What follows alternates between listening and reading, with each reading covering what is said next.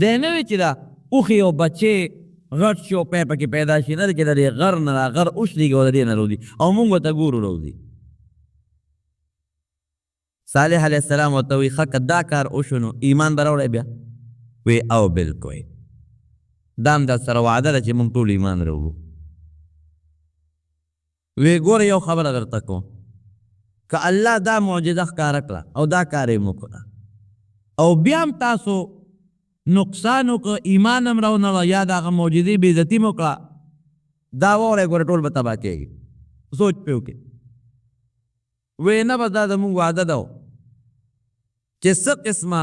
قسم وی او هر څه وی در سره کوو او ټول مسلمانې کو، بس دا ستا د پیغمبرۍ او دلیل که دا شی ښکاره شي مونږ ته پته ولګي چې ته د خدای پیغمبر یې،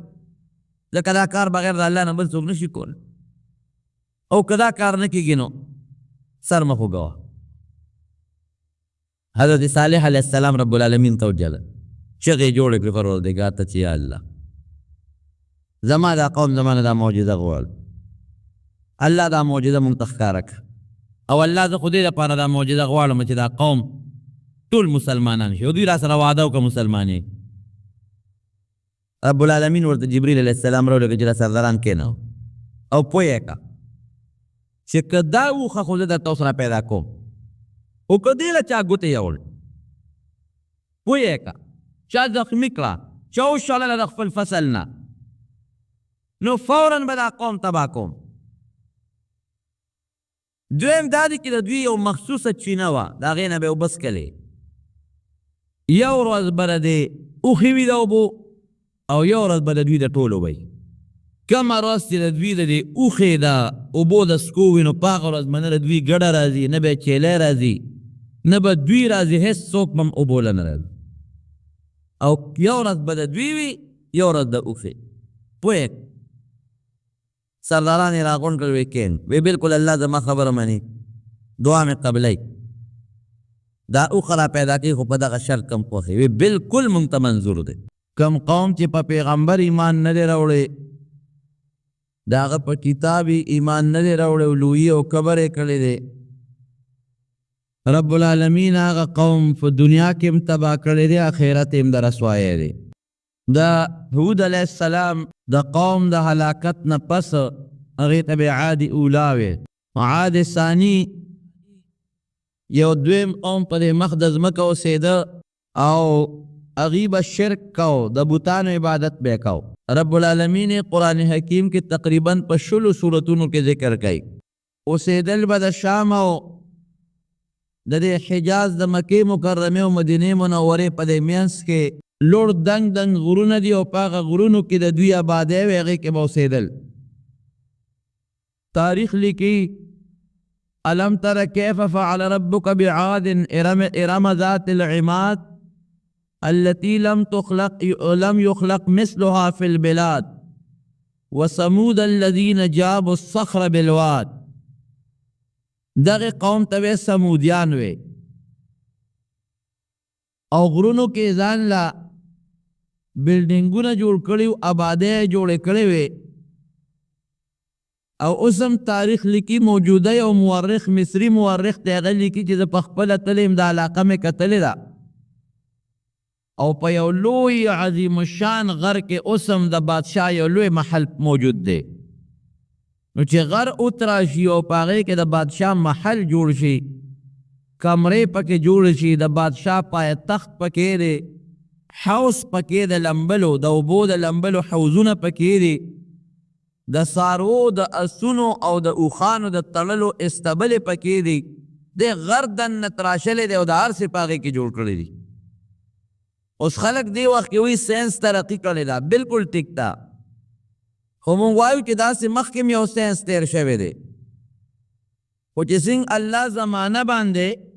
د تبع نښې راوستې او هغه قومونه رب العالمین هلاک کړل، هغه ساینس یې ورسره تباه شو. نو د شام او د حجاز په دې منځ کې د دې غټې غټې آبادۍ وې،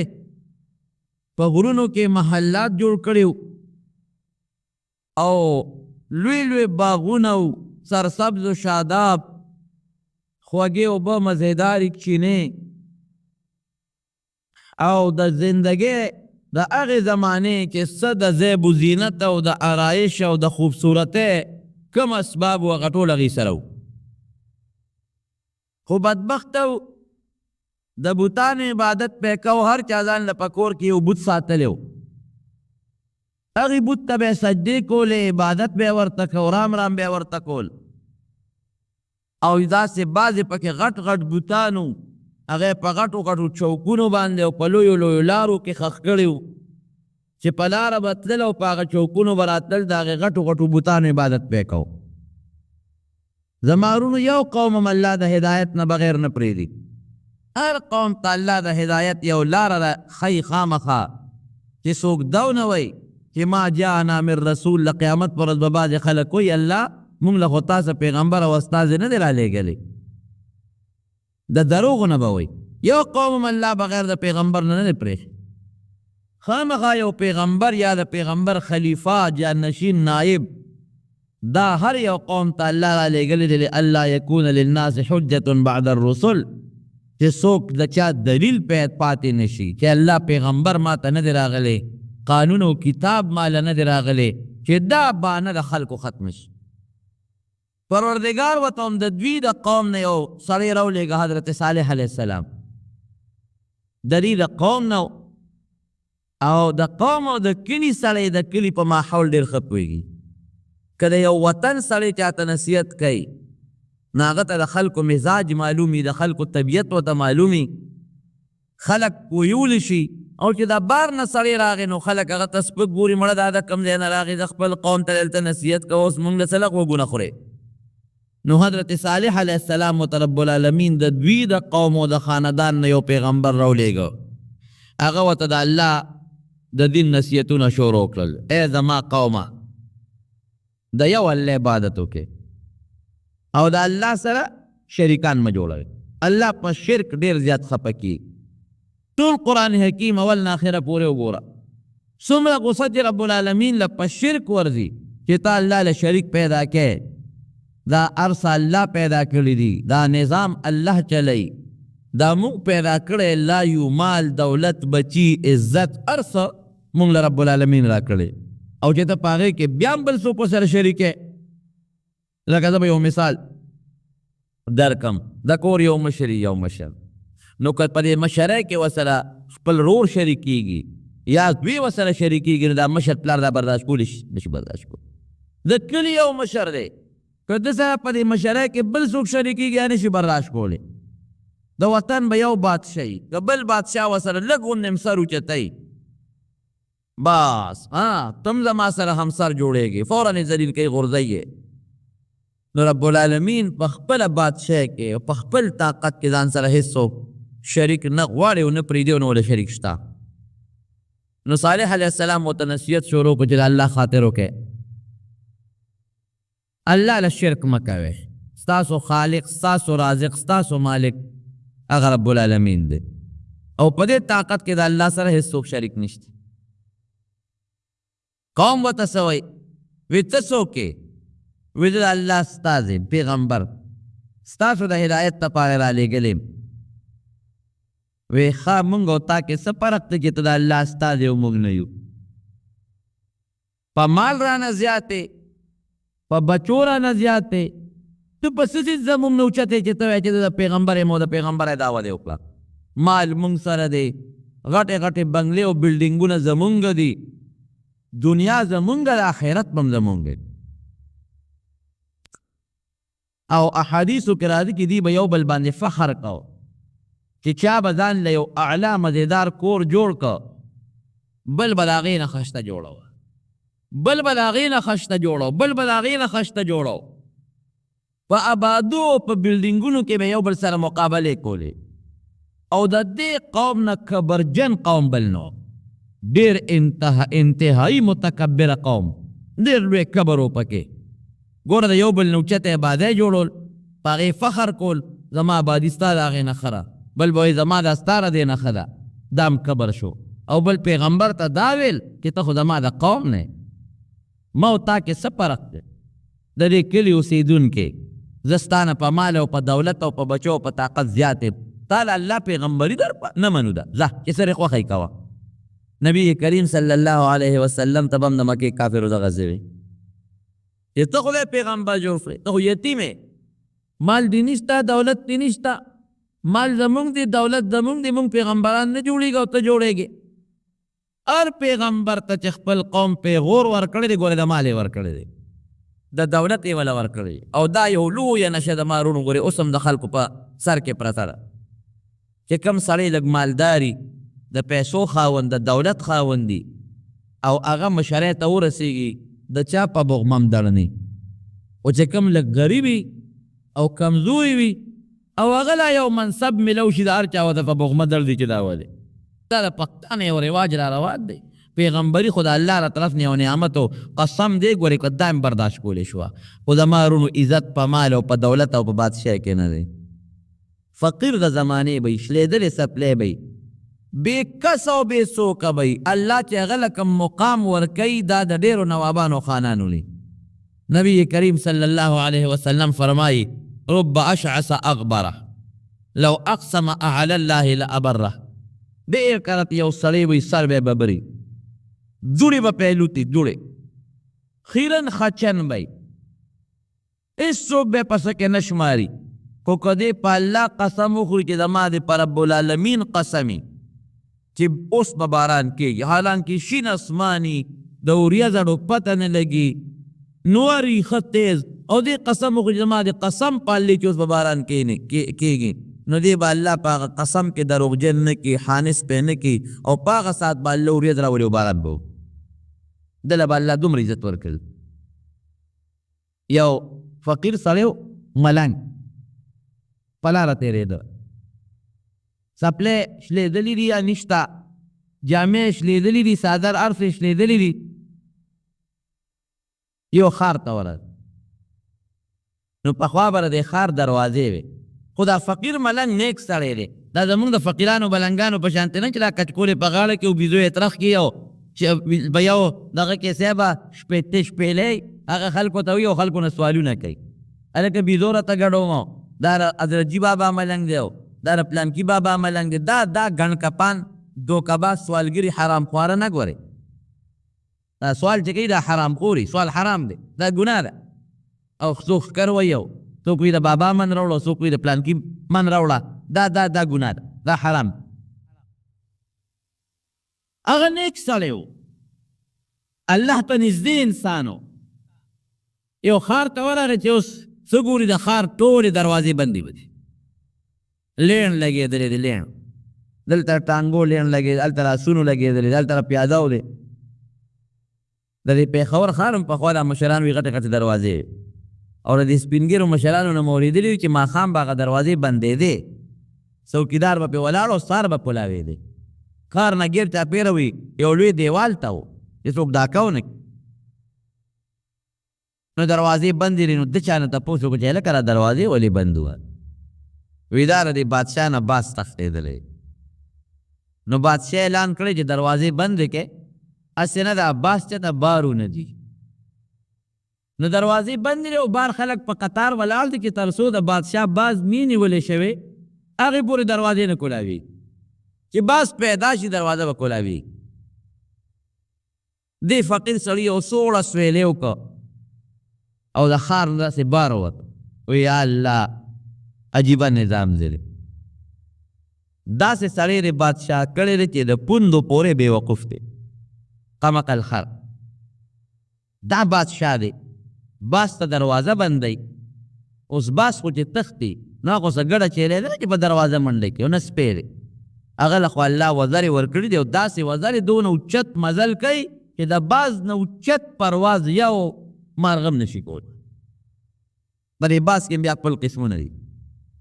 دله دومره مضبوط طاقت په دې وزرو کې الله یې ښودی دی، او په دې خپو کې پنجو په دې مخوکو کې چې دې دومره اوچت پرواز کوي چې دومره اوچت یو مرغه هم نشي کولی. نو باز په دروازه خو نه بندېږي چې بې وقوف ورته دروازې بندې کړي دي، باز خو چې تښتي خو چې یو وزر وي اسمان ته به رسېدلي، نیمې ته به رسېدلي، تښتېدلی به.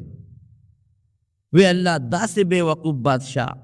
که ده کې طاقت وي او باز بندوي نو په دې ښار د جال واچي چې ونه تښت،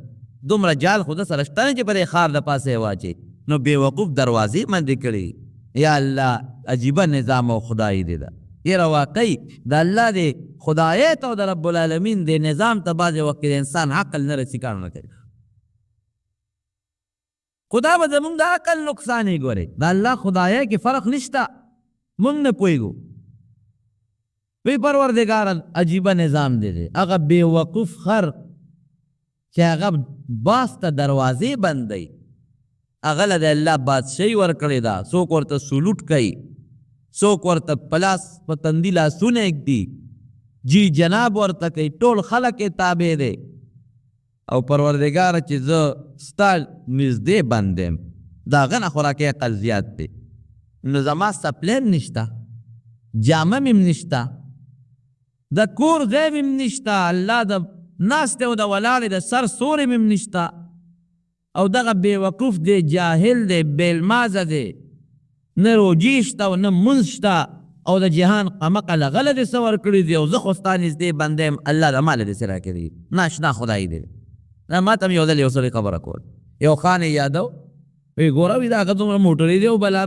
جایدادونه دی او بنګلې دي او ټکي مونځ نه کوي او موږ ټول اوس خدای پاک ته لګیا یو مونځونه کوو زموږ د پیسې درک نه لګي دا بعضې تړی وایي دا نو دم دا وایي چې پروردګاره موږ خو دا کونډې او دا تندي ته په دا سجده کې وسولوله او نه کوش ته او نه جامه شته او ته هغه نظام ته وګوره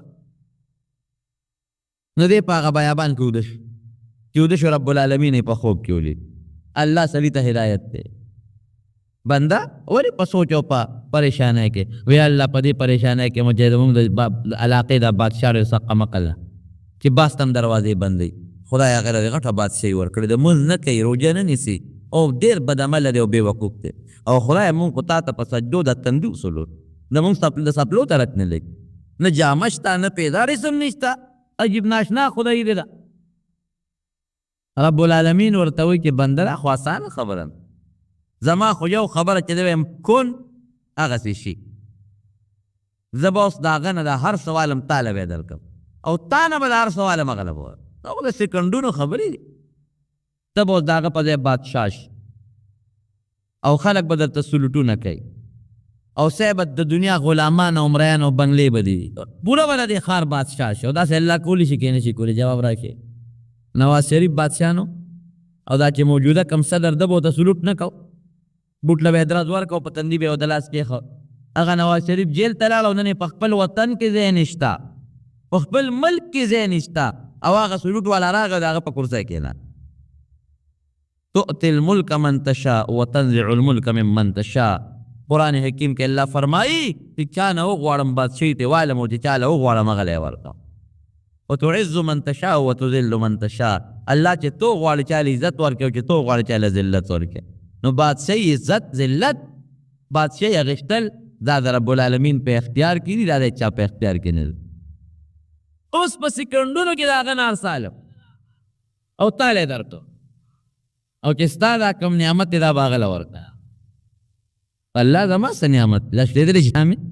او شلېدلې سب وی نه نه نه داسې نه ده تا پړه کې چې کوم ایمان پروت دی دا به هغه له ورکړو تا دا جامه به مغه له ورکوم تا دا شلېدلې پیزار به مغه له ورکوم ستا پړه کې چې ما سره کومه مینه دا به مغه له ورکوم ته چې کوم عبادت کې او کوم منځ کې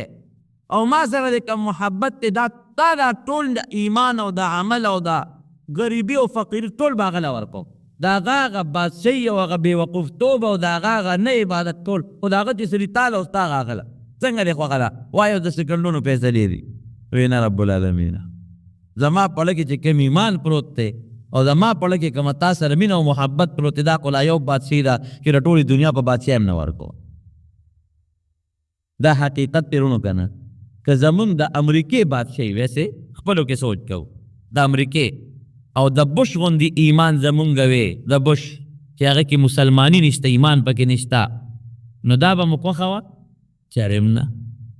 چرم نه که د روس بادشاه وی او خدای دې نه منه د چین بادشاه وی او الله دې نه منه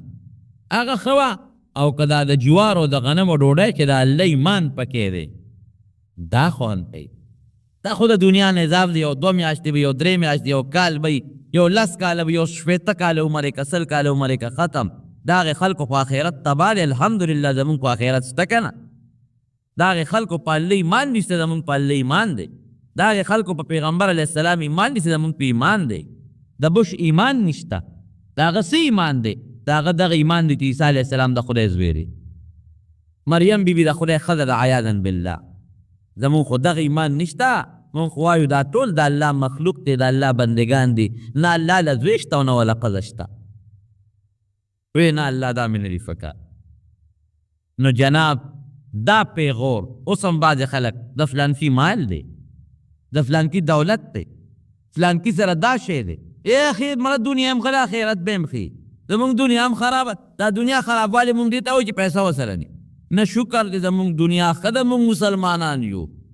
شکر دی دنیا هم ښه ده زمونږ په پیغمبر ایمان دی شکر دی دنیا هم ښه ده رب العالمین ته سجده لګو شکر دی دنیا هم ښه ده د الله زمونږ خوښ دی په دې غله کې مو سره ښه مینه ده او چې الله سره مینه ده انشاءالله د رب العالمین مونږ سره مینه شته ده نو صالح علیه السلام ته دې قوم دا پیغور ورکو چې که ته پیغمبر وې مال به دې ډېر دولت به دې او بنګلې به دې وې مال او دولت او بنګلې زمونږ دی د پیغمبرۍ دعوته کې تعالی خدای پیغمبري درکړې زمونږ دنیا ښه د آخرت به هم کړه خیر ده ورته نصیحت به کو هغوی به نصیحت نه منه څه لږ کسان د صالح علیه السلام په خولې باندې د 50 شپېته کسان یا بعض روایتو کې څه 1.5 سل راځي دا الله پاک مسلمانان کړ او باقي ټول کافران عموما چې کله به د دوی د اختر میله و قوم به راجمع شو صالح علیه السلام به راغی قوم ته بولېده ای زما قوم د الله د قهر او د غضب نه م یروم زما در باندې څه وګوره یو الله ومنې او د بوتانو د عبادت پرېږدې هغوی به ورته بیا یې فأتنا بما تعدونه زه مړه خو چې پسم عذاب هم یری راوله چې کوم عذاب دې خوښي را باندې راوله نه من نه دې من یو ځل یې ټول سرداران را جمع کړل د خپل قوم یو میدان کې تاسو کینې خبره وی ګوره داسې کار دی چې زه ستاسو خیر خوایم او د الله د قهر او د غضب نه م یروم مهرباني وکړئ د بوتانو عبادت پرېږدئ او په مې ایمان راوړئ د قوم هغه سرداران ورته وایي ښه ایمان در باندې راوړو خو په یو شی یو کار که کې ټول مسلمانې او هغه دا دی چې یو نښه یو معجزه راته ښکاره کړي خو داسې معجزه چې زمونږ درته ووایو هغسې که دغه معجزه دې راته ښکاره کړه نو موږ ټول ایمان راوړو او که دا معجزه دې ښکاره نه کړه نه راځو غټ سرداران ناست وي څه معجزه غواړو وایي موږ دا غواړو چې دا مخامخ غر وشلېږي او د هغې نه یو اوښه راوځي او بلار به اوښی او هغه زمونږ په سترګو په مخ کې لنګه شي او دومره پیوي په هغې کې چې زمونږ د ټول قوم د اوبو او د خوراک ګزاره پې کېږي ظالم بچو سم سوچ کړی اوښه خو د اوښې نه پیدا کېږي د غر نه کوم ځای پیدا کېږي دی نه وي چې دا اوښې او بچې غټ شي او پی پکې پیدا شي نه دی چې د دې غر نه دا غر اوښلېږي او د دې نه روځي او مونږ ورته ګورو روځي صالح علیه السلام ورته وایي ښه که دا کار وشو نو ایمان به راوړی بیا وی او بلکل دا هم در سره وعده ده چې مونږ ټول ایمان راوړو وی ګوره یو خبره درته کوم که الله دا معجزه ښکاره کړه او دا کار یې وکړه او بیا هم تاسو نقصان وکړه ایمان هم راونه یا د هغه معجزې بېعزتي مو کړه دا واورئ ګوره ټول به تباه کېږي سوچ پې وکړي وی نه بس دا زمونږ وعده ده چې څه قسمه قسم وی او هر څه وی در سره کو او ټول مسلمانې کو بس دا ستا د پیغمبرۍ او دلیل که دا شی ښکاره شي مونږ ته پته ولګي چې ته د خدای پیغمبر ځکه دا کار بغیر د الله نه بل څوک نشي کول او که دا کار نه کېږي نو سر مه خوږوه حضرت صالح علیه السلام رب العالمین ته وجله چغې جوړې کړې پروردګار ته چې یا الله زما دا قوم زما نه دا معجزه غواړي الله دا معجزه مونږ ته ښکاره کړه او الله زه خو دې دپاره دا معجزه غواړم چې دا قوم ټول مسلمانان شي او دوی را سره وعده وکړه مسلمانې رب العالمین ورته جبریل علیه السلام راولېږه چې دا سرداران کېنو او پوه یې کړه چې که دا اوښه خو زه درته اوس پیدا کوم خو که دې له چا ګوتې یوړ پوه یې کړه چا زخمي کړه چا وشړله د خپل فصل نه نو فوراً به دا قوم تباه کوم دویم دا دی چې د دوی یو مخصوصه چینه وه د هغې نه به یې اوبه څکلې یو ورځ به د اوښې وي د اوبو او یو ورځ به د دوی د ټولو وي. کومه ورځ چې د دوی د دې اوښې د اوبو د څکو وي نو په هغه ورځ به نه د دوی ګډه راځي، نه به یې چیلی راځي، نه به دوی راځي، هېڅ څوک به هم اوبو له نه راځي. او یو ورځ به د دوی وي یو ورځ د اوښې. پوهې سرداران یې راغونډ کړل، ویې کښېن، وی بلکل الله زما خبره مني، دعا مې قبلوي، دا اوښه را پیدا کوي خو په دغه شرط کم خوښوي. وی بلکل مونږ ته منظور دی. مفسرین لیکي احادیثو کې راځي چې مخامخ غر باندې زلزله غوندې راله وړقېد. دې ټولو سردارانو ورته په خپلو سترګو کتل او چې وړقېده نو داسې اواز یې وکړ لکه اوښه چې لنګېږي او اواز کوي او اوچاو د هغه غر او د هغې نه اوښه راووته. دوی ورته کتل مخامخ. بلار به اوښه وه، ښه غټه سربه، د دوی مخکې د هغې بچی پیدا شو. صالح علیه السلام د پړي نه ونیوله او د قوم سردارانو چې څومره د قوم مشرانو ټول ولاړو وی ها دا واخلی، دا د الله معجزه، دا بغیر د الله نه بل څوک کولی شي نشي کولی. او چې زما په دعا الله دا هر څه وکړل دا زما معجزه نه. معجزه ویم دې ته چې د پیغمبر د لاس نه داسې یو کار ښکاره شي چې هغه د عام عادت او د عقل خلاف، د عقل خلاف، د عام عادت خلاف، دا یو لویه نښه رب العالمین ما ته راکړه. اوس ایمان راوړی که نه راوړی؟ نو د قوم بعضې سرداران هغې ایمان راوړو مسلمانان. بعضو یې مونږ خپلو ملګرو سره مشوره کړه، چا وی یاره دا خو جادوګر دی، جادوی را باندې و. اوښې څه موده د اوښې ډېر قدر کوو، یو بل ته به یې وی ګورې پام کوئ چې اوښې له ګوتې یونسئ. په زړه کې خو پوه وو چې دا د الله معجزه، د پیغمبر معجزه ده. اوښه کې اوښه څنګه اوښه وه؟ اوښه کې د هر یو قسم رنګ و پکې رنګ، ښایسته مزینه، مزیدار، تور، سپین، شین، زیړ. بعضې دغه یې که نه دغه ته تاسو وګورئ د طاووس ته چې هغه وزر اوچتې کې څومره ښایسته مزیدار ښکاري. یا د پړانګ تاسو لیدلی د هغه سرمن څومره مزیداره برګه بروکه ښایسته ښکلې ښکاري. نو الله تعالی په دې اوښه کې مختلف قسمه رنګونه پیدا کړ.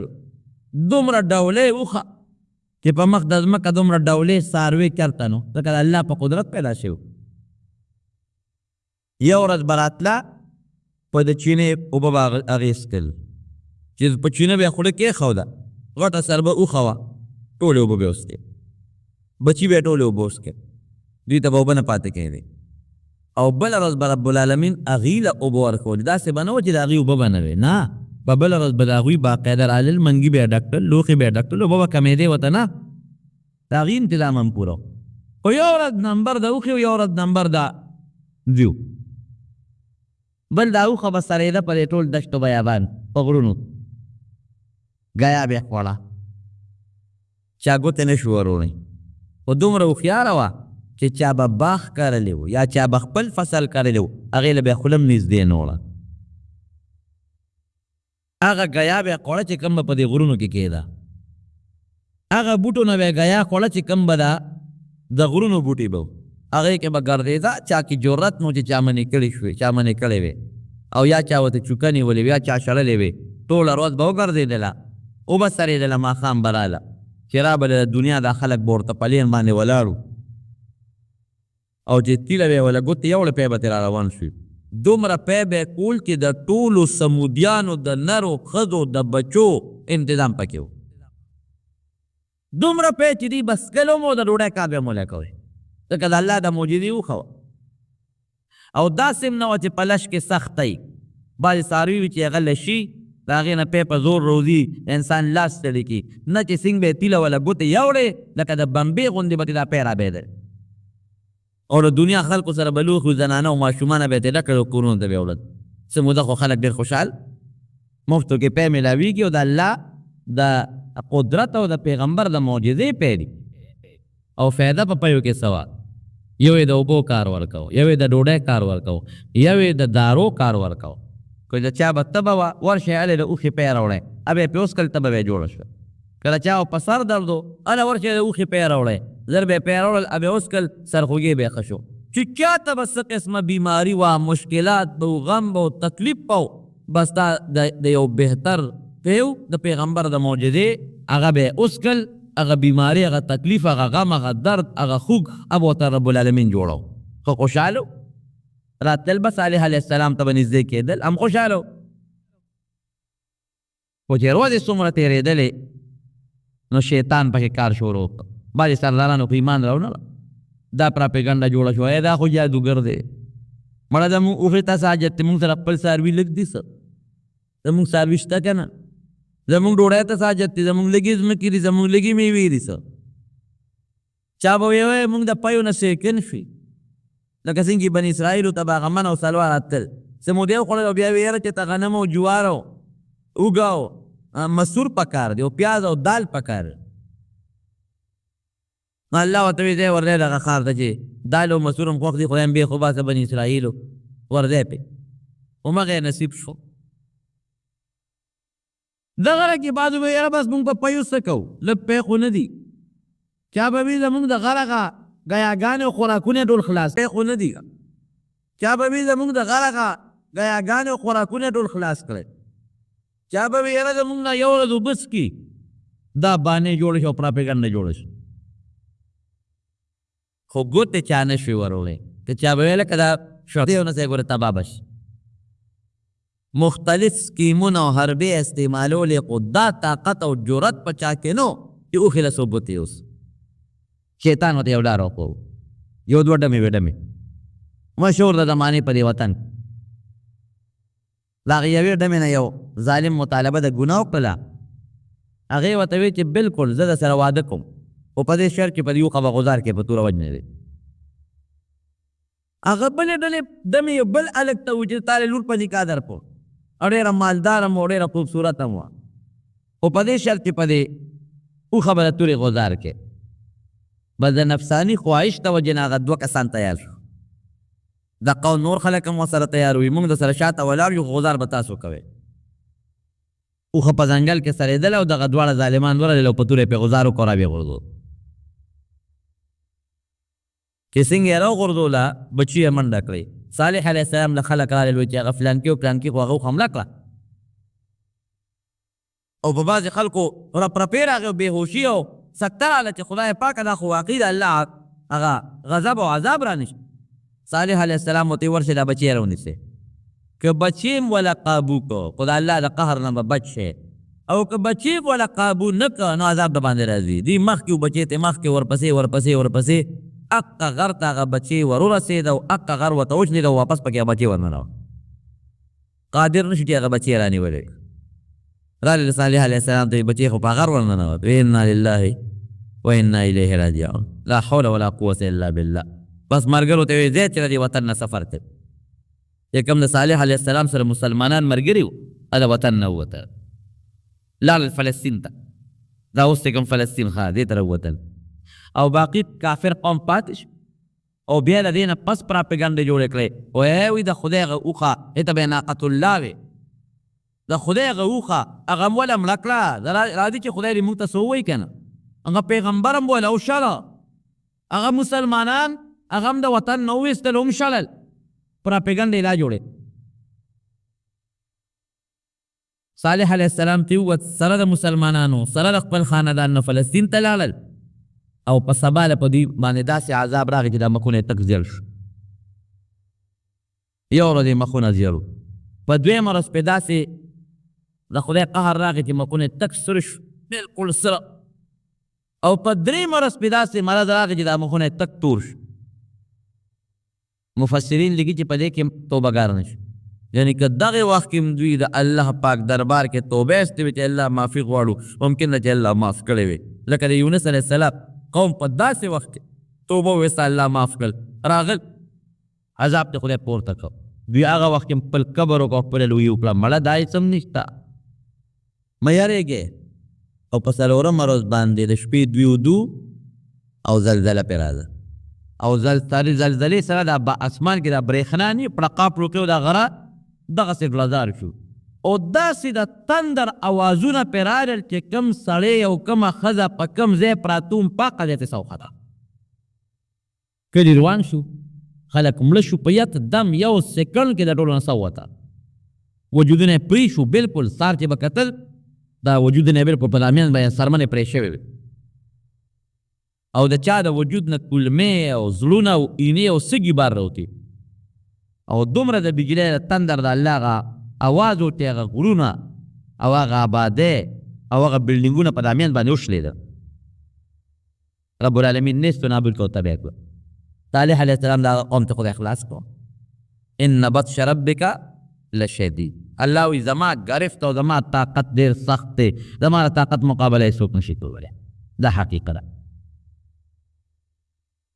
نبی کریم صلی الله علیه وسلم په یو جهاد کې روان ملګري ورسره نو په دې علاقه تېرېږي چې دا کوم د سمودیانو علاقه ده نو صحابه کرامو ته وفرمایل وی ګورې فام کوئ په دې علاقه تېرېږې او سرونه به ټیټ کې او سر به څادر واچوې او په منډه به په تیزۍ کې تیوځې ګورې تماشې ته به نه ودرېږې ولې وی په دې کلي او په دې خاوره اوس هم د الله قهر او غضب ورېږي اوس هم پې غضب ورېږي په حالانکې دا کله تېر شوي دي دا د ابراهیم علیه السلام نه مخکې او د نوح علیه السلام نه پس په دغه زمانه کې دا قوم تېر شوی ده څوک وایي په درېم پشت کې او بعضې علما لیکي په اووم پشت کې د نوح علیه السلام اولاد دومره لرې تېر شوي دي په زرګونه کاله مخکې او نبي علیه السلام فرمایي چې اوس هم په دې قوم د الله قهر او د الله غضب ورېږي نو ګورې وجاړئ چې په دې لاره تېرېږې د خدای د قهر نه په منډه تېر شي سرونه ښکته کې او وایي چې کومه چینه ده اوس هم هغه چینه شته د سمودیانو هغه د هغې نه ګورې اوبه ونسکې هغه د الله د قهر او د غضب پې ورېدلې دی د هغې نه چې یو څاڅکې اوبه مه وڅکه دا اوس هم مسله ده د دین چې کوم قوم هلاک شوی دی او عذاب پې راغلی دی د هغې تماشې له به څوک نه ځي زمونږ دا خلک د هغې تماشې له ځي د پلانکو کنډراتو تماشو له ځو د پلانکو هغې له ځو پلانکو هغې له ځو د دې نه به زر تېرې هلته به خوراک نه کوې هغلته اوبه نه څکې هلته به سر ښکته کوې او دې به د الله د قهر نه به یېرېږي او زمونږ خلک یې تماشو له ځو هلته بازارونه جوړ شوي خلک پکې خوراکونه کوي سیل نه خلک دي دا ګناه ده د ناروا دي زما عزتمند درون خبره مې دې پورې خوله چې هغې قوم خو یو د الله نافرماني وکړه د پیغمبر یې ونه منه دویم کبر یې کولویي یې کوله نو رب العالمین د هغې کبر او د هغه لویه وله دومره مضبوطه سزا ورکړه د قرآن حکیم په 13 سورتونو کې اوس هم د هغې ذکر دی په 13 سورتونو او د عبرت او د مثال دپاره رب العالمین او د نبی کریم صلی الله علیه وسلم ټولو صحابو ته ذکر کوي کبر او لویي دا ډېره خطرناک او سنګینه ګناه ده الله دې مسلمانو سره نبی کریم صلی الله علیه وسلم فرمایي یو حدیث دی وی چې د چا په زړه کې د اوري د دانې عمره د شړشم نم د اوري دانه واړه ده د شړشم او د اوري د دانې عمره کې وبري د جنت خوشبویي په حرامه ده حالانکه د جنت خوشبویي د 500 کالو په مزل محسوسېږي اله به جنت ته ځي چې د جهنم په اور ته رب العالمین دا کبر وسوځي او یو بل حدیث پاک کې راځي نبی علیه السلام فرمایي چې دا کم متکبرین دي په دنیا کې کبرجن خلک دا به په آخرت کې د میږو عمره سې واړه واړه به ذلیل او رسوا به د میږو عمره د محشر په دې میدان او آواز به کېږي د هغه کبرجن خلکو په دنیا کې چې لویې کوله او کبر یې کو نو کومه قومونو چې کبر کړی دی کومه قومونو چې لویي کړې ده هغه رب العالمین په دنیا کې هم ذلیل کړي دي هلاک کړي دي او آخرت هم د ذلت دویم د یو مسله یو خو هغه شرک دی چې دا کافر یې کوي او ښکاره غټ شرک دی د هغې نه خو به ځان ساتي لکه بوتانو ته سجدې کول شو الله له زوی ګڼل شو الله له لور ګڼل شو الله له دې هر څه عیبونو نه پاک دی لیکن زمونږ په دې وطن کې بعضې خلک دا واړه واړه شرکونه کوي واړه شرکونه څه شی دی ریا ګوریم شرک دی راکوټ شرک نبی کریم صلی الله علیه وسلم فرمای ان اخوف ما اخاف على امتی الشرک الاصغر ډیر د یارې سید چې زه په خپل امت یریږم هغه راکوټ شرک دی قالوا وما الشرك شرك الاصغر يا رسول الله دا الله رسول راکوټ شرک څه شی دی قال الرياء والسمعه یو کار دی لکه چې خلک یې وویني او د شهرت دپاره یو نیکي کوي دې د شرک وایي عبادت سړی الله لکوي چې ته د عبادت دې لپاره کوې چې خلک ووایي چې دا عبادت ګزار دی نو په هغه ښودنه کې د ځان سره الله سره بل شریک کړه دا خو ته الله ته ښیې الله په ځای مخلوق ته مخاو د قیامت پر ورځ به یو سړی راولي رب العالمین به ورته وفرمایي تا څه عمل کړی وی الله ما خو ډېره لویه صدقه کړې ده او ډېر مالونه مې ستا په لار کې خیرات کړي دي الله به وفرمایي او اتا کړي دي خو زما د رضا دپاره نه هغه دې دپاره چې خلک ووایي دا پلان کې سخي دي دې له دې کړي نو تا ته په دنیا کې هغه خپله میوه میلاو شوې د خلکو ویلي دي چې پلان کې سخي دي دلته آخرت کې هم نشته ورغورځوی جهنم بل سړی به راولي تاسو کړي دي الله ما جهاد کړی دی بلا جهادونو بلا کافر مې وجلی دی رب العالمین به فرمایي او تا کافر هم وجلی دی جهاد دې هم کړی دی په هغه تا دې لکړو چې خلک وو چې دا پلان کې ډېر لوی بهادر دی او هغه په دنیا کې خلکو ویلي دي درته اخرت کې هم نشته وروي غورځوی جهنم بل سړی به راولي تاسو کړي دي الله ما خو ډېر منځونه او ډېرې روجې او دسونه کړي دي وی او تا کړي دي خو ماله نه چې زه رضا شم تا دې لکړي چې خلک وو چې فلان کې ډېر عبادت ګزار دی او چې څه دپاره دې کړي دي په دنیا کې راته هغه میوه میلاو شوې د خلکو درته ویلي دي وروي وره جهنم ما خو جې قرت او قرآن ویلی دی وی او اتا دې له ویلي چې خلک وو چې فلان کې خشته قاري دی ښکلی اواز دی درته خلکو په دنیا کې ویلي دی هغه نتیجه او میوه ته ګټلې ده وروي وره جهنم ته نو د ریا د کار نه بزان ساته نفلی عبادت کی ریا کیږي خو په فرضي کې نه فرض مونږ خو د خلکو مخکې کې هغې کې ریا نه فرض روژه خو د خلکو مخکې فرض حج د خلکو مخکې کې هغې کې ریا نه نفلو کې ریا نفلی عبادت که صدقه ده که نفل دي که پټه روژه نفلي نیسې که تهجد کې هغه د خلکو نه پټ توجه ته ښکاره کومه دویم که زیارتونو نه ځې غوښتنه به د زیارت ته نه کې غوښتنه به د الله نه کې او که دا دې وي چې ای زیارت ته ماله زوی به راکې پلانکې زیارت به مې جوړی پلانکې بابا به مې جوړی دا هم شرک دی ګور دا غټه ګناه ده خدای الله خفه کېږي زیارتونو له تلل یو سړی د شریعت مطابق ځي بلکل ولتلی شي لاړ شي عبرت دپاره لاړ شي هلته دعا به ورته وکړې د خدای نیک بنده دی چې د هغه هغه نیکي در مخکې شي ممکن د تا کې هم خدای پاک د نیکۍ اثر پیدا کړي خو دا به نه وي چې زیارت ما به جوړی یا کان راوالی او جبه پې ټکې او یا درب وله غوټې ورکوي چې یو غوټه مې ورکړه یو زوی به مې کېږي که دوه مې ورکړي دوه دامن به مې کېږي دا قصې پیسې ټولې غلطې دې ځای نه به تور چیرې والي څوک پیر بابا له څوک کاکا صاحب له دي دا مې د پیر بابا منه دا د کاکا صاحب منفتی چې کوی یو د الله به کوی ګوره د بنده منفتی منه ده منښت عبادت د الله په کار دی د بنده نه د الله په نوم خیرات وکړه ثواب یې که پیر بابا ته بخې که کاکا صاحب ته بخې او بخور که نورو مړو ته بخې ثواب ورته بخلی شي منښت به د الله په نوم کې ذبحه او څاروي به د الله په نوم حلالې غوښتنه به د رب العالمین نه کې جوړونکې بچې ورکوونکې او عزت ورکوونکې مال ورکوونکې دا یو الله دی په دې کې الله سره بل څوک شریک نشته دا عامه قاعده ده چې یو دشمن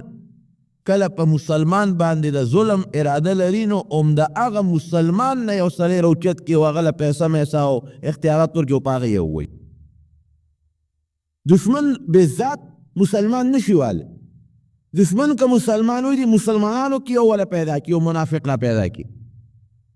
هغه منافق باندې دا مسلمان ووایي دا عامه قاعده ده پخوا د زمانې دا قصه را روانه ده نو فرعون بني اسرائیلو باندې خو به ظلمونه کول نو د بني اسرائیلو نه د موسی علیه السلام د تره زوی قارون یې راوچت کړه وی ته د قوم سړی او بس ته لګیا اوسه او د بني اسرائیلو کې کار کوه هغې د بني اسرائیلو نګران مقرر کړی و هغه پې ډېر انتهایي ظلمونه کول بادشاه ته به یې لېږل ډلې ډلې مقرر کړی وي چې تاسو به د بادشاه خدمتونه کوئ څوک به لښتي صفا کوئ څوک به له متیازې غورځوئ څوک به له زمیندارۍ کوئ څوک به له ګیډي راوړی خشاکونه به وله راوړی څوک به لارې کوڅې وله جوړوئ ښځې به یې د هغوی د کورونو خدمتونه کوئ دې دا قارون په دې مقرر او مال او دولت دومره د سره و چې په حدیثو کې راځي بلکې قرآن حکیم کې الله فرمایي چې دومره دولت و سره و چې د کنجانې د جرندو به یو لویه ډلې په چې کتبتنو کنجانې به په یو مضبوطې ډلې ځان سره په اوږو باندې او په سارو ګرځولې دا قنجانې خو نه وي لکه زمونږ دا اوسنۍ قنجانې چې کومې دي. دومره دولت وسه لویه ډله هغه صرف په دې مقرر وه چې د قارون د خزانو قنجارې به ګرځوي، هغې به چابیانې ګرځولې. چې کله خدای پاک فرعون غرق که او بن اسرائیل ووتل دې مو سره لاړ، خو دې خو منافق هماغه د زړه نه بغض د موسی علیه السلام سره پورې او په دې هم خفه و چې زه مالداره یم، زما دولت هم شته، زه مشر هم یم. او ځکه موسی علیه السلام نه خدای پاک پیغمبري ورکړه، نو د موسی علیه السلام دا رور د هارون ولې پیغمبر دی، هارون علیه السلام. پکار دا و چې د ده په ځای باندې زه پیغمبر شوی. دیم یو بغض او حسد و د موسی علیه السلام سره چې دا کشر راغی او د له پیغمبري ملو شو، او بیا د خپل رور پیغمبر که او زه درته زوی یم او مال ما سره دولت ما سره دی، ما له نبوت رانه که دا ولې. حالانکې دا نبوت دا د چا خپل اختیاري شیز نه دی، دا د الله خو الله یعلم حیث یجعل رسالته. الله قرآن کې فرمایي هغه ځای ما ته معلوم دی چې کوم ځای کې د پیغمبري ورچوم. یو زمیندار دی په ځمکه کې کار کوي، نو هغه په خوره ځمکه کې کرم کار نه کوي، هغه تخم خوري. هغه ځمکه کې کار کوي چې هغه جوړه ځمکه وي، خوږه ځمکه وي، بیا نورن پاک او جوړه کړي، د هغې نه پس پکې غنم کري. یعنې په دې دش بیابان قیمتي ځمکه ده، سړک په غاړه ځمکه ده او د مرلو ځمکه ده، خو یاره دا که میدان یې نو چا پکې غنم نه کرل. دا څوک نه دی چې دا ځمکه قیمتي راځي دې کې غنم کرو، نه هغه ځمکه کې قیمت په څوک ځمکې نه ګورو. دا پېښور کې مې 10 مرلې یا 15 مرلې پلاټ واخېست او دا خو ډېر قیمتي په 15 لکه وشو، دوی کې به غنم کرم، ای کې څوک غنم نه کري، قیمت یې زیات دی خو د غنمو قابله نه ده. دغه رنګ یو سړی مالدار دی، یو زمیندار سړی هغه ځای کې غنم کوي چې هغه ته پته ده چې دا غنم زرغونی. رب العالمین به پیغمبري غوندې لوی نعمت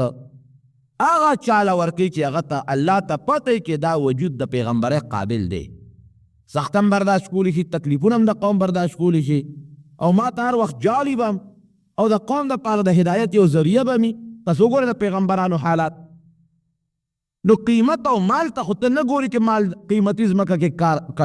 کار کوي او کاش پکې کوي، هغه ځمکه کې کوي چې هغه تخم زرغونی. دغه رنګې الله مالدار ته نه ګوري. مال څه شی؟ خدای پاک چې غوښتل بعضې پیغمبران یې هغه هم پیدا کړي دي چې هغه د ټولې دنیا بادشاهانو، لکه سلیمان علیه السلام. خدای پاک چې غوښتل نو هغه پیغمبران هم خدای پیدا کړي دي چې هغې سره ډېر لوی دولت و، لکه اسکندر ذوالقرنین، حضرت داود علیه السلام، سلیمان علیه السلام. بادشاهان هم د ټولې دنیا بادشاهي ورسره و، لیکن مال ته خدای نه ګوري. الله هغه د پیغمبر وجود ته ګوري چې دې کې صلاحیت شته او که نشته. نو قارون په دې غصه و چې ما ته پیغمبري میلاو نه شوه، او موسی علیه السلام زما نه کشر دی، د هغه ورور هارون علیه السلام زما نه کشر دی، هغې ته میلاو شوه. ړکې دا نفاق و، لیکن دا ورته پته ولګېده چې موسی علیه السلام په د خدای برحق پیغمبر دی، خلاف به یې کولی نه شم.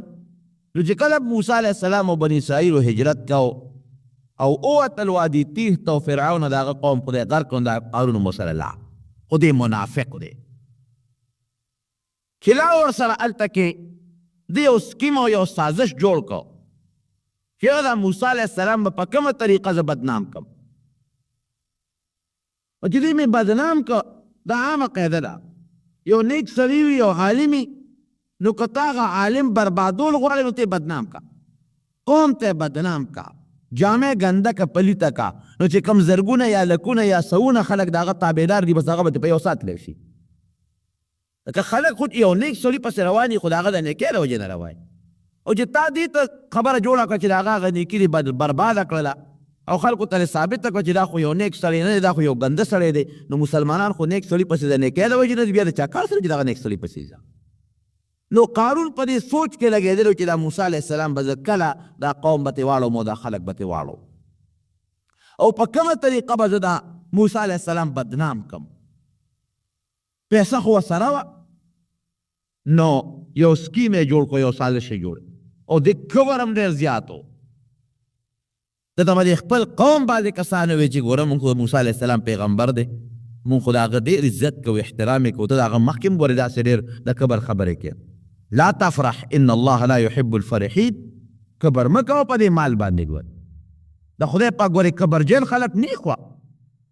او دا حقیقت هم دی رونو، خدای دې مونږ کې عجزي پیدا کړي. الله فرمایي الکبریاء ردائي، وی دا لوی زما صادر دی، او زه خپل صادر کې ګورې ځان سره بل څوک نه پرېږدم. یو انسان کبر کوي نو خدای پاک هغه له خامخا ذلت ورکوي. لږ غوندې خو به یو پوټي لویي استعمال کړي. فرعون ته وګوره کبر یې وکړي انا ربکم الاعلی خدای غرق کړ. هغه رنګې ورپسې هغه حامان ته وګوره هغه شداد ته ورپسې وګوره.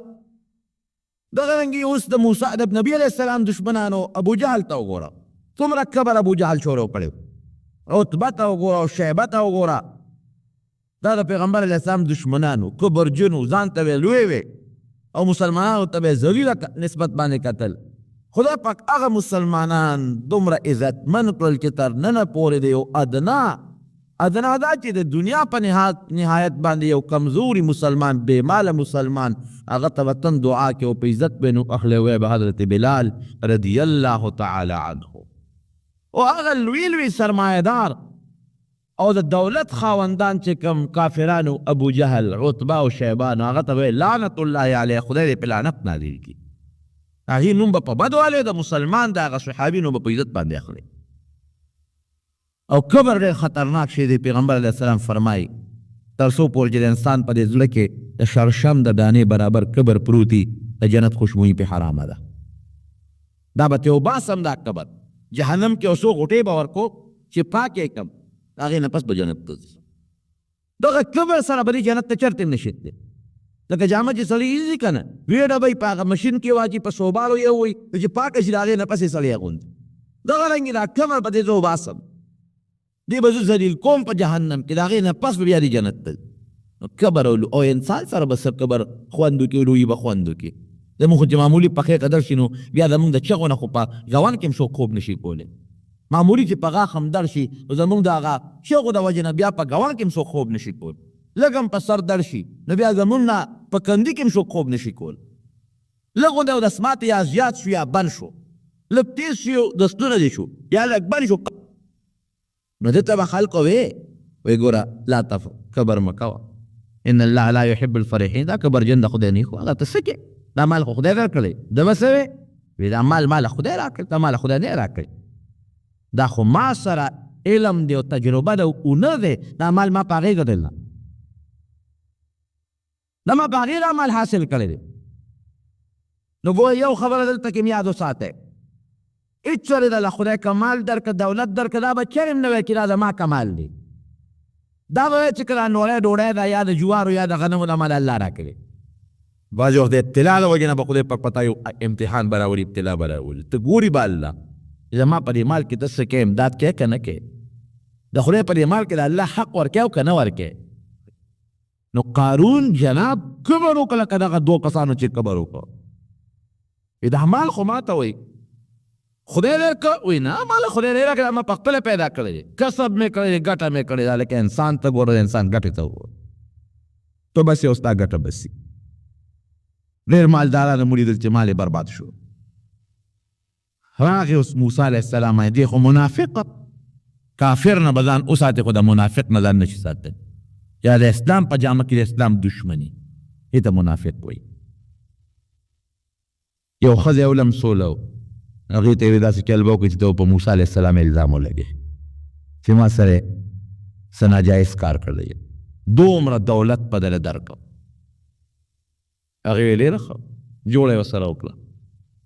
لوی موسی علیه السلام ناست بني اسرائیل یې راغونډوي په وادي تیغ کې زرګونه خلک دي سوونه خلک دي. قارون پاسېده یا موسی ته موږ ته د نیکۍ تلقین راکړې یو په خپله یې دغه حال دی او موږ ته نیکۍ ښې سهل مې دی اخر دی ته پاسه اخر پاسېده ویې دی موسی چې دی نو ما سره دغه بدعملي کړې د خدای په پیغمبر الزام ولله. دا خبرې د الزام لګول اساني هر چا باندې خلک الزام لګي هر چا کې خلک عیبونه راوباسي لیکن د هغې نتیجه سنبالول ګورې بیا ډېر ګران دی.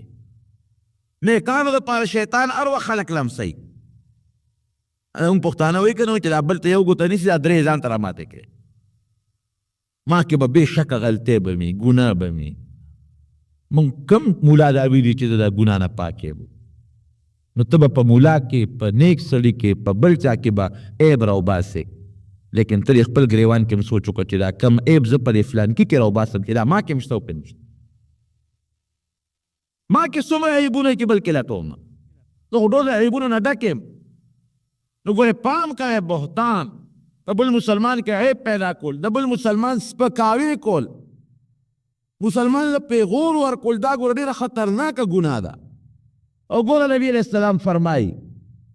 مشکات شریف کې حدیث کې څوک دا کار کوي که نه د بل عیب لټوي نو که د توبه واسه خلاصه شوه که توبه ونه ویسته نو چې د کوم عیب په هغه مسلمان کې راوباسي نو دی به هله خدای وجني چې هغه عیب خدای په ده کې پیدا کړي. توبې وباسي. زمونږ ټول جومات کې ناست بل غیبت، اجرو کې ناست په بل کې عیبونه روغ کړه، دوه کسه چې ناست بل باندې باسونه خو زمونږ مجلس هم دغه چې یو پاک مسلمان باندې کې راوباسو په هغه به تفسیر یې شروع دغه زمونږ جد دی. خو مونځ وکړو خو دغه چل کوو، خولې نه لږ غوندې وار ورکول پکار دي. دا خوله د خدای په ذکر جاری کړئ، دا نورې خبرې پرېږدئ. هغه د پاسېده وایي ته د خلکو د نصیحتونه کوې، ما سه دا چل کړی. موسی علیه السلام یې ښه هغې جلالیت لږ زیات و، بس فوراً په سجده پرېوت الله ته، ویجلل خدای ته، او بیا را پاسېده و هغه خلې ته وایي ستا دې په هغه ذات قسمي چې ته هم پیدا کړي د اسمانونه هم پیدا کړي دي، رښتیا وایه. بچې مو سره هغې ښځې سره رښتیا ووایه ستا دې په هغه ذات قسم چې اسمانونه کې پیدا کړي دي، دروغ به نه وې. ښځې باندې را پرپېټې د خدای نوم یې واغېست پړچېدو شو. وی ما دروغ وویل صاحب ته ډېر پاک انسان یې، دا ماله قارون پیسې راکړې چې ته په موسی علیه السلام دا ګوی کې. بس موسی اعظم خو په غوسه کې وی خدای راوینیسه، سره د مال یې راونیسه او سره د نوکرانو یې راونیسه او سره هغې خلک چې کومې ملګري دي. نو خدای پاک اونې او ځمکه اوس دی نو دوی پکې دننه لاړ، مال یې هم هلاک شو، دی هم خدای ځمکې ته چې ځمکې راښ کړه ای موسی معافي راته وکړه، ای موسی معاف مې کړه. وی خو نور یې هم راکاږه، نور یې هم راکړه، ای موسی معاف مې کړه، بیا به نه کوم غلطي مې کړې ده، نور یې هم راکاږه. ځمکې غیب پوت په ځمکه کې اوس هم دغسې تاویږي تر قیامته پورې دغه سزا ده. او بیا قیامت نه وروسته چې خدای پاک جهنم ته بدېږي. نبی کریم صلی الله علیه وسلم فرمایي که الله موسی علیه السلام ته چې څنګه چلو شو زړه یخ شو. الله ورته پیغمبرانو سلام خدای پاک داسې هغه له خپل ناس خبرې کوي، خوشحاله شوې؟ یا خدای خوشحاله شوم، په مې الزام لګولو او تا زما دعا قبوله کړه، په ځمکه کې دې غرق کړه. رحم دې پې موسی ګورې رانغی، څو چغې درته ووالې او تا پې رحم رانغی. وایي زما دې په خپل ذات قسم یې الله وایي که ما ته یوه چغه والې او په اسات مې معاف کو. او د وحی په بنیاد یا د تجربې په بنیاد صحابه کرام ته بعضې څیزونه ښودلي دي، لکه کلونجي ښودلی ده چې کلونجي حبة السوداء ورته عربۍ کې وایي، شونیز ورته وایي، کاله دانه ورته وایي. وی فيه شفاء من كل داء الا الموت، او بل روایت کې الا الهرم، چې په دې کې ما سوا د بوډاوالي او د مرګ نه د هر څیز علاج شته. د ثنا صفت یې کړی دی چې د مرګ نه علاوه د هرې بیمارۍ علاج دی. د شاتو صفت قرآن شریف کې الله په خپله کړی،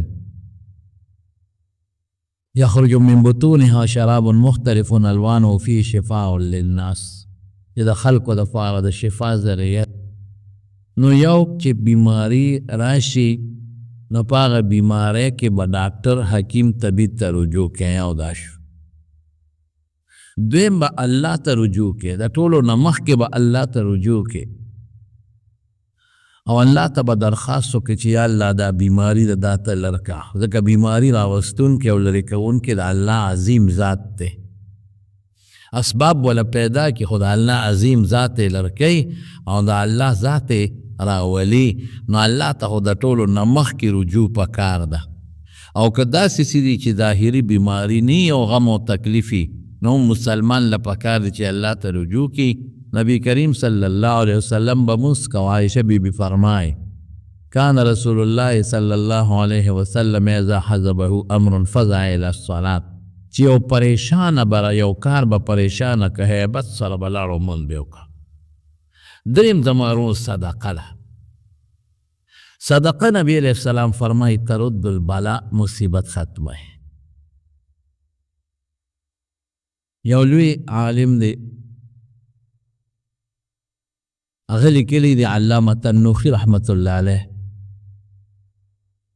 داغه یو کتاب د نشوار المحاضره پاغېږي وی یو ښځه و د هغې زوی چې ترک شوی و غیب شوی پته یې نه لګېد او یو زوی نو دا ښځې غریبه ورپسې ګرځېده او منډې ترړې والې چې یا الله زما دا بچي چا وتښته او چا یې غوا که څه شو بچي سره زړه دردېږي او هغه زمانه کې به خلکو ماشومان تښتول نو بیا به یې خرڅول غلامان به یې ته جوړ خدای زما بچی به کم دی چا به وجلي چا غلام به یې څه به خو هر چا چې څوک نیک سړی و زما ته دعا وکړه چې زما بچی ما خرېږي له خدای واپس راغله چېرته به علماو پسې ګرځېده خدای ته مې جړل دعاګانې مې کولې یا الله زما بچی زما غېږې له واپس راوله ډېر ګران کار دی الله دې مسلمانو سات نو یو ځل دا کور کې ناسته وه روټۍ ته او یو ملنګ یو فقیر په دروازه آواز وکړه خیر راوړی د خدای په نوم الله مو بخښه دې فورا یو دوه روټۍ یا روټۍ هر څومره چې وه ترکاري ښه د عزت په شکل واغېسته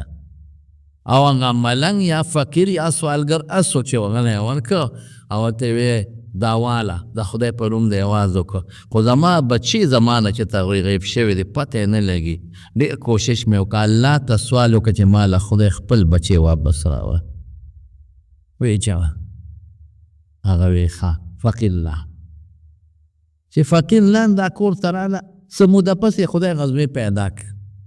زوی راغی ولې دعا هم خدای پاک قبلی او چې کومه دعا کې اخلاصي هغه بیا الله خامخا قبلی خو د دعا د قبلېدو ګورې شکلونه دي دا نه چې تاسو غوښتل خدای هغه درکړي کله چې تاسو غوښتل همغه به درکړي خو څه موده پس پیدا کړي کله به هغې کې ستا خیر نه د هغې نه ښه شی به درکړي کله به د هغې په ذریعه د نه ګناه لرې کړي کله به یې د آخرت له وساتي الله ستا په خیر زما ستا په خیر او شر پوهېږي موږ نه پوهېږي او بل غایب مسلمان چې چاله دعا کوي غایبانه رسول الله مبارک فرمایي دا دعا هم خدای پاک قبله زوی راغی مور ورته ډېر زیاته خوشحاله وی بچې ستا کم ځای وي خیر زوی ورته خپل ټولې قصې وکړې با مورې دا ځای ته لاړم دا مې وکړل دا تکلیف دا سخته دا راته د خپل سفره قصې ورته وې وی مورې یو ځل یو ځنګل کې یو ناشنا قصه درته وکړم یو ځنګل کې ماسپېښ شو را باندې لاړمه وی هغه ځنګل کې زه ولاړم چې یو زمری را باندې راخطا شو وی چې زمری څنګه راخطا شو مې چې خدای دې بلا سره به څه کوم وی زه په ځمکه سم لاستم چې که دا زمری نیغ تېر شو کته او زه ترې بچ شم او دې داسې غړنبېږي وی چې ما ته رانږدې شو د زمري بس زما د دې خېفې د پاسه راټوپ کوم نو یو سړی ورته مخې ته شو زمري یې د دې مرۍ نه کلک ونیو په هوا کې ونیو او دا زمري یې داسې د مرۍ نه ونیو او دیکې یې ورکړه چې اخوا یې شغال په زمري شت والې او برلار یې وکړه وتښتېد او دې سړي اواز وکړه چې لقمة بلقمة دا نوړی بدل په نوړی دا اواز یې وکړه مورې بس مړو ما چیر پار کړی بیا خو څوک سړی و غیب شو بیا ما بیا هم نه لیده بس زمري یې ونیوه د مرۍ نه او په ټوپ کې ونیوه په راکوب کې او فی شغال او دا اواز وکړه چې لقمة بلقمة د نوړی بدل په نوړی مور ورته بچي تا ته یاد را کې دا کومه ورځ به وي او مورې ما ته یاد را پلانکي ورځ وه یا د جمعې یا د خالي یا د اتوار او پلانکي میاشت شوه او ټیم کوم وایي پلانکي ټیم الله اکبر مور ډېره خوشحاله شوه ای بچې هم دقه ټیم یو فقیر راغی او ما هغه له نوړی ډوډۍ ورکړه دقه ټیم چې دا کوم ټیم ته یاد دی دې ټیم کې هغه اواز وکړه د خدای په نوم نو ما یې نوړی راواخېسته روټۍ مې راواخېسته او فقیر له مې ورکړه او فقیر هلته د تغیبي سړی اواز هم وکړه چې لقمة بلقمة ستا مور هلته نوړی د خدای په نوم ورکړه د الله په نوم یې نوړی ورکړه نو نن الله پاک د هغې بدل خلاص که تم نن د شر مخ نوړی وې نو خدای د شر مخ د نوړی نه وساتلې د هغې لقمې نوړی بدل خدای په نقمه کې بدل که صدقه ناشنا شی چې رسول الله مبارک فرمایي ترد البلا مصیبت ختمی او مونږ بیا مو ته رستو رستو کېږو صدقو ته چې کلم تکلیف راغی زموږ مولوي صاحب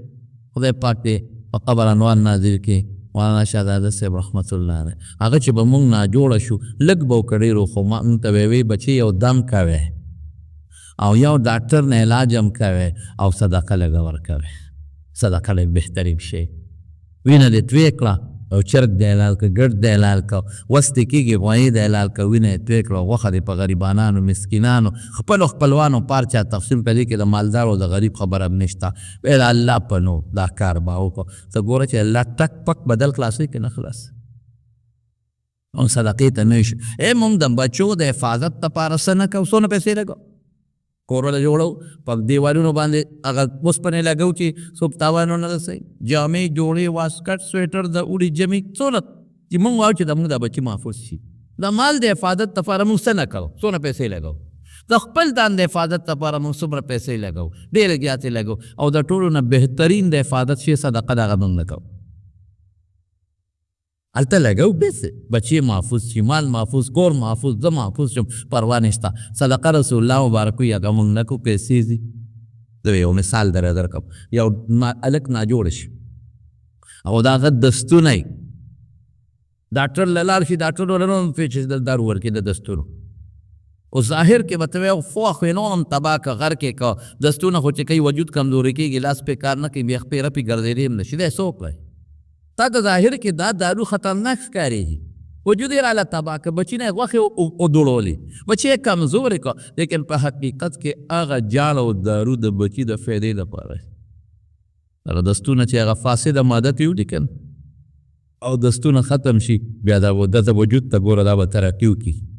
دا به بیا معده مدیداره شي، کلوي مدیدار شي، نو الله ته خشته سړی جوړ کړي. دقسې صدقه ده. ظاهر کې خو یې سړی پیسې لاړې او قرآن وایي یربي الصدقات. اخرت کې هم ګټئ، د یوې کجورې نه د غر عمره جوړئ، او دنیا کې هم کړی د هغې بدل په زیاته ورکوئ. او د سود او د حرام مال مثال څه دی؟ لکه د یو سړي لاس پړسېدلي، دننه پکې نو دی او پیپ دی، ظاهر کې خو غټ ښه دی، سرب که خو لا خو غټ دی، سرب دی، لیکن په دننه ګند دی، ګند دی مثال شو. دقسې زما روح صدقه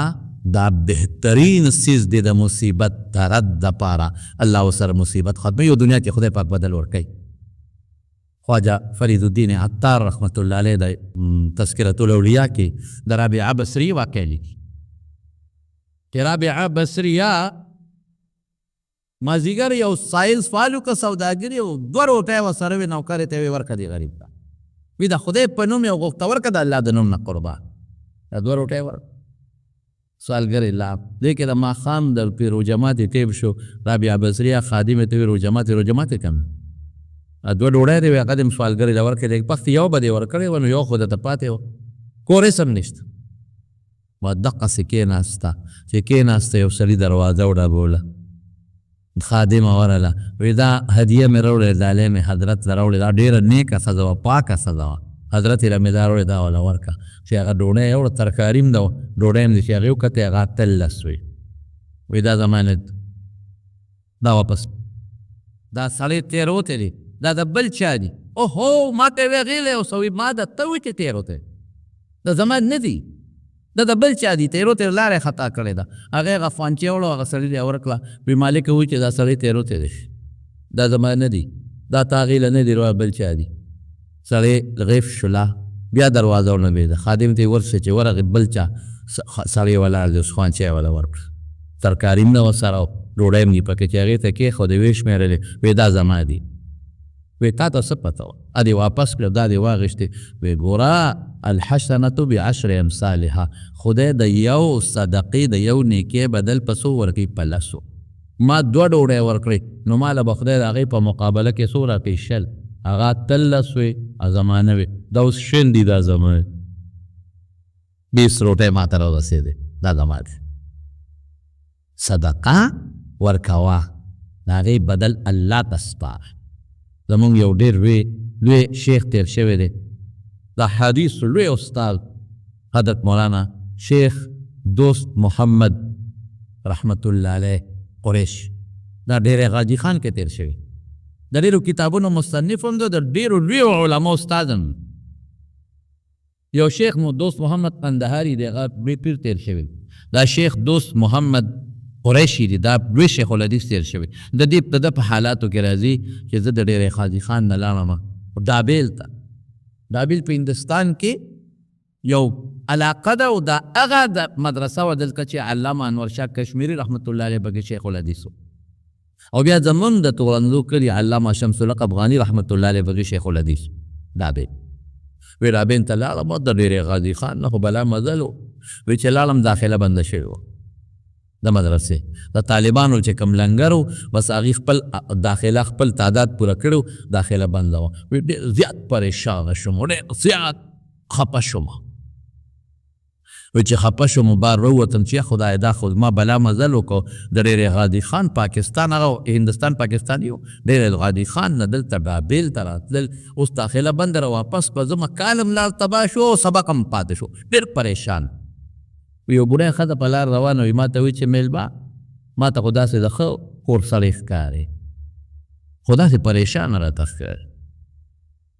وی ما ورته وایي چې یاره ښه کور او بد کور څه کوې خو واقعي خفه یم. څه چل دی ولې خفه ما ورته قصه وکړه چې زه ډېر غازي خان نه راغلی یم ډېر لرې ځای ده او سبق لرالم او په لنګ ځای به راته میلو شي په جومات کې به پرېږدم خو د لنګر دپاره چې څومره طالبان مدرسې له پکار بس هغه داخله بنده شوي نو ډوډۍ بندوبست نشي. او اوس خو زمونږ په دې وطن کې خلک وظیفې غواړي په هندوستان کې د وظیفو رواج نه مخکې و نشته پنجاب کې نشته وظیفې څوک نه کوم. و یا ښځې ما ته وې چې که په یو ډوډۍ دې ګزاره کېږي نو زه به درکوم. مې ته به څنګه راکې وی زه غریب یم پردې خدمت کوم ټول اوس پردې خدمت کوم نو ما له هغه خلک 2 ډوډۍ او ترکاري راکوي نو زما په یو کار کېږي یو به تاله درکو ګوره دې ته اخلاص پردې خدمت کوي په کور کې او هغې ته 2 روټۍ میلاویږي یو د خدای په نوم طالب له ورکوي دا یو به تاله ده ما ډېره ښه وی هغې به غرمه م یو روټۍ لږه ترکاري راکوله او ماښام هم یو روټۍ لږه ترکاري راکوله سبق مې خلاص شو خدای ته عالم جوړ کړو. شیخ الحدیث مولانا دوست محمد قریشي رحمت الله علیه فرمایي ډېره زمانه تېره شوه ما نه خدای ډېر کار واغې د حدیثو درس شروع شو ښځه خو لاړه پاتې شو حدیثو درس مې شروع کړو کتابونه لیکل بلا کتابونه هم لیکل کتابونه مې ولیکل بلا طالبان یو دورې حدیث ته ولګېم وی د بیت یو ځل لاړم حج ده وی د حج نه چې فارغ شو مدینې منورې ته لاړم وی مدینه منوره کې چې مې د نبي کریم صلی الله علیه وسلم سلام وکړه نو یې رالم ستړی مې یو ګوټ ته اوده شوم الله اکبر وی چې کله اوده شوم اوس خوب یې نه وه په خوب کې هغه بوډۍ ښځه ده او په یو ښایسته باغ کې چکرې لګوي او ډېره زیاته خوشحاله ده. ما وی ترورې هغه چې ما له دې روټۍ راکوله هغې وی او مخته ښځه یم نو څه څنګه وې مړه شوې ما اوس دې څه حال دی وی ډېره زیاته خوشحاله خدای پاک جنت راکړو او ډېره خوشحاله یم مې پسې دله جنت درکړه وی په هغه ډوډۍ چې تاله به مې درکوله چې الله ته مخامخ شم الله وی تا یو عمل نیک کړی دی او ځه چې جنت کې کم ځای دې خوښي رغادن حیث شئت چې کم ځای دې خوښي په مړخې ته ځه لګیا اوسه ولې تا خپله روټۍ نیمه کړې ده او زما د دین طالب له دې ورکړې ده او نن ستا په هغه روټۍ باندې د هغې طالب نه خدای د احادیث یو عالم جوړ کړی. الله صدقه څومره بهترین شی دی. نبی کریم صلی الله علیه وسلم فرمایی رسول الله مبارک به بخاری حدیث دی د صدقې د سخي او د بخیل مثال ورکوي کم سړی دوی د دې مصیبتونو داسې مثال دی لکه د چا وجود ته چې یو زغره پرته وي د اوسپنو او د لاسونه هم پکې بند دي او سینې هم بند دي خېټې هم بند دي او دا زغرې دې مرۍ ته پرته وي اوس دلې مرۍ هم خفه کړي وجود هم خفه کړي هغه زغرې هغه کړی د زغره د اوسپنو د کړو یو کمی سي همدا تا چې زور ورکړي چې دی نه لاس خوځولی شي نه سک خوځولی شي نه مرۍ ډېر تنګ دی. د بخیل مثال د دقه انسان دی دا زغره د دنیا مصیبتونه دي آفتونه دي طاعون دی وبا د تکلیف دی پریشانی ده دلې مرۍ خفه کړې ده دلې سینه خفه کړې ده دی پریشانه دي دی په زور کوشش کوي چې دا زغره لرې کم خو نه لرې کړي دا د بخیل مثال. او چې صدقه ورکړي د هغه مثال څه دی هغه هم دقه مصیبتونه زغرې په شکل دته پراته دي دلې مرۍ خفه کړې خو چې دی صدقه ورکړي د زغرې یو کړی ختمه شي چې بله صدقه ورکړي د زغرې بله کړی ختمه شي چې بله صدقه ورکړي د زغرې بله کړی ختمه شي چې بله ورکړي زغره ترې لاندې پرېوځي د خېټه وجود مرۍ هر څه محفوظ پاتې شي. نو په زور تکلیف مصیبت پریشانی نه ختمیږي په څه به ختمیږي په صدقه زمارو اوسم زمون په وطن کې دا یو لوی مشکل او پریشانی جوړه ده، لوی پریشانی جوړه ده. څه پریشانی د الله را طرف نه جوړه ده او خفه کېږې مصب پریشانی زمونږ د میډیا جوړه کړې. بس موبایل دی او بل ټکي نشته. پخوا به دې سوشل میډیا څه خورول، هلته جنګ وشو دلته وشو، هلته دونه مړه شو دلته دونه مړه شو. مونږ به اخبار کته بغیر د مړو د مړ ټکې به پکې نو، بې د جب جګړې د بل ټکې به پکې نو. اوس یې اخبار ګورې او میډیا ګورې، دوره پکې مړه شو، دوره بیماران شو، دا شو هغه شو. څه شته اوس دې خلک پریشانه کړو. بس درې څیزونه شو. که څوک بیماران یې الله دې روغ کړي، علاج دې وکړي. دویم الله ته دې رجوع کړي، جړا دې وکړي، دعاګانې دې وکړي. او درېیم صدا، دا بهترین علاج دی. نو دا څو خبرې مې وکړې، ډېر اوږد تقریر ځکه نه کوم چې د دې حالاتو په تناظر کې زموږ مشران هم دا وایي چې خطبه مختصره کړي او تقریر مختصر کړي، او بعضې دوستان زمونږ د دې حالاتو په وجه نه راځي، نو بیا خفه کېږي، ته خو وایې چې تقریر نه کوم، تا خو تقریر وکړو.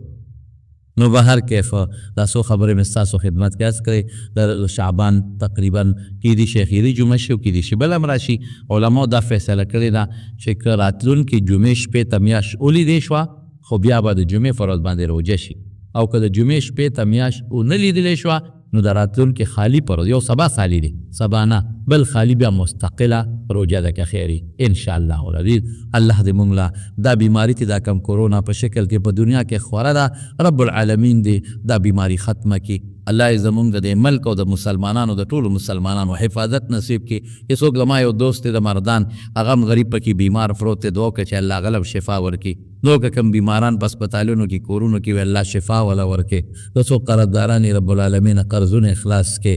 څوک پریشان حالي رب العالمین پریشانی په خوشحالو بدله کړي. او الله ته مونږ له صدقو او د نیکو اعمالو توفیق راکړي. د رمضان دا مبارکه میاشت را روانه ده،